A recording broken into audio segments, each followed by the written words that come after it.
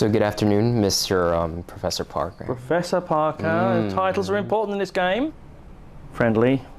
No tricky questions to catch me out. Define tricky. Okay, well, okay. I'll put this one on here. Okay, all right, let's go.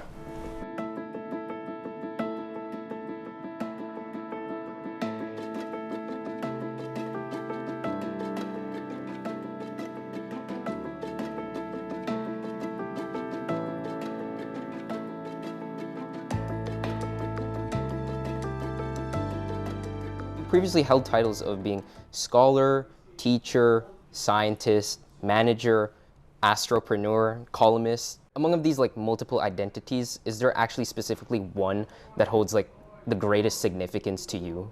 Scientist. Why is that? Because I think science, if you're a scientist, then a lot of those other things can feed off that. You know, science being curious, questioning everything, following the scientific method, forensic attention to detail, objectivity, checking your sources, these are really important for true science. Drilling down into a scientific problem and then building up from the very depths to the surface again is a key scientific pursuit for me. Apart from being a dean and stuff, you also kind of mention yourself as a astropreneur. Yeah. I don't think a lot of audience could be really exposed to that title, but how do you kind of define it and what actually is it? The Orion Astropreneur Space Academy created, and it's in their name, and that Space Academy was created in this room, and we said we need something for Hong Kong. We need some kind of NGO. We need something to promote STEM and astropreneurship, which is like entrepreneurship but for the new space economy. What is the new space economy? I was going to ask you to touch on that. I'm glad you asked me.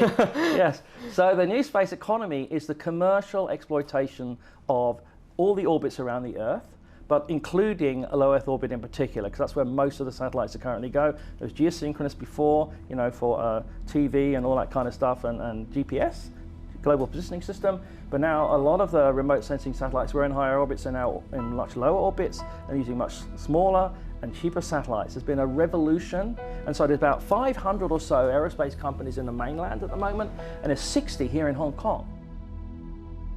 What's the golden box? Oh, this is, on the real satellite, would be gold foil. It's because of its thermal properties that's used in satellites. So you see it on a lot of satellites. It's even on our small lunar Chang'e 7 lunar lander camera. It's wrapped in that. This is a model in particular. Are these the same gold foils they put in those Columbia jackets, for the -10 degrees? There's a golden foil inside for thermal properties. It's the same kind of idea, yeah. It's the thermal properties, it's the, thermal blanket, effectively. Do you know that Shenzhou 22 has just gone up? Really? Empty, not empty, but with cargo in. Why? Because on the changeover between Shenzhou 20 and 21, they couldn't take the Shenzhou 20 capsule down because when they went to inspect it, they found that the window on the capsule was cracked and fissured because it had been hit by a worthless piece of space junk, probably smaller than a centimeter. Now that capsule is 1 billion RMB. They might have to deorbit it and burn it up in the atmosphere because of a tiny piece of space debris traveling at 8 kilometers per second. And that's enormous. And so the energy of that could be of a small piece of a centimeter debris can have the explosive power of a grenade. What if a piece of debris punches a hole in the living quarters, a big one? What are they going to do? So China is incredibly fast. I mean, I'm really ahead of the curve, I think, in many ways now. They're still considering themselves to be an emerging space power. I'm saying to everybody I see, they've emerged. How do you view China's space ambitions? Boundless. Why is that? Because of their ambition is very broad. They're looking at so many different things. They look at their plans, you look at their space plan for 2050, look at the ambitious things. For example, our lab for space research is now involved in 3 mainland science missions, and they're all international. The first one, landing on the moon on Chang'e 7 lander in 2026. At the southern edge of the Shackleton crater near the lunar South Pole, and on board is a small wide field telescope. And we're going to use that telescope to look at, I don't know if you ever remember the Apollo and you saw Earthrise from that is an iconic image. We want to get the rise of the galactic plane, beautiful galactic plane going up above the Shackleton crater is going to be another iconic mission Apart from like a lot of your ambitions as well, like in Hong Kong, you know, where does actually Hong Kong currently stand in the field of space research? I have a story there that I've been pushing, and it's about Hong Kong's capacity to be a global hub for space sustainability, potentially in partnership with a big one that's going to be up in Beijing and another one in Shanghai and others around the world. And you say, well, why would that be? And I says, because if you look at the chief executive's last policy address, you had 2 points in it, point 158 and 159, which for the first time talked about space, not as in urban space, which it was before, but outer space, low Earth orbit space, a new economy space. So I'm very excited about that. But in terms of Hong Kong's role, you say, well, what are we known for? Well, we're a global financial powerhouse. We're known for the rule of law and internationally respected. We're good for IPOs and investment. And we're great for arbitration and compliance. And we're great, we're all those things. Hang on, every single one of those things has a role in a space economy and space sustainability. We need all of those things. All of that process needs to help for the regulation, the compliance, the international agreement that we desperately need to mitigate the problems of space debris, and we could be a powerhouse for that. I'm not saying we're going to be manufacturing satellites in Hong Kong. They can do that in the GBA, much cheaper. But we can prototype, we can design, we've got IP, we've got 5 universities in the global top 100, including my university in the global top 11 in the latest QS rankings, unprecedented. I'm interested in like several of the projects that you've actually been involved in, you know, such as the BEST Best High School, LSR's summer internship program. Brilliant. Where you empower like a lot of the youth to participate. How do you assess the Hong Kong students? Hong Kong students are, like many students, some are good and some are not so good. I mean, if you're in a Hong Kong university, you already have to be pretty good to get in. It's very hard to get into Hong Kong, but basically, we take students who show the initiative and show the drive and determination want to get in, and they're motivated. I'd rather take those students than a straight A student, because that's just too easy. They always get opportunities anywhere. Let's give some of these other students a chance. Let's give some of the other students from maybe a difficult background a chance to show what they can do. The passion is actually a really big part as well. The passion is a key word there.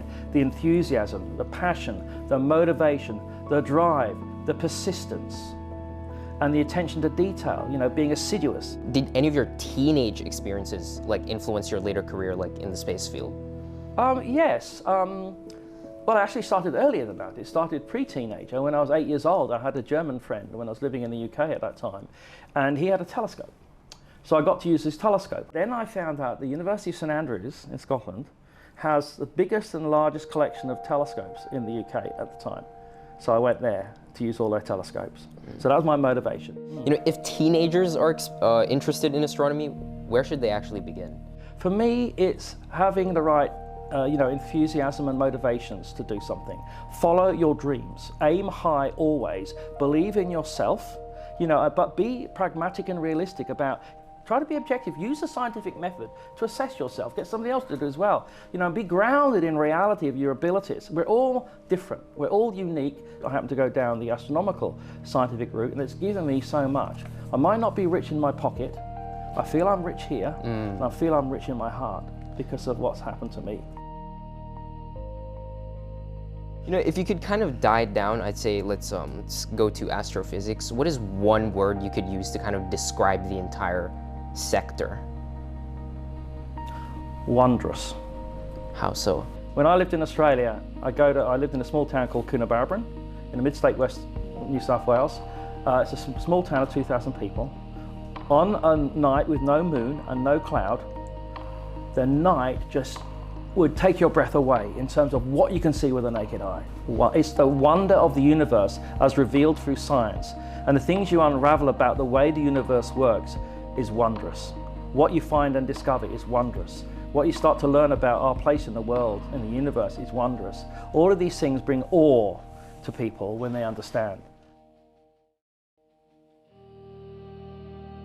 What I feel is that I feel hopeful.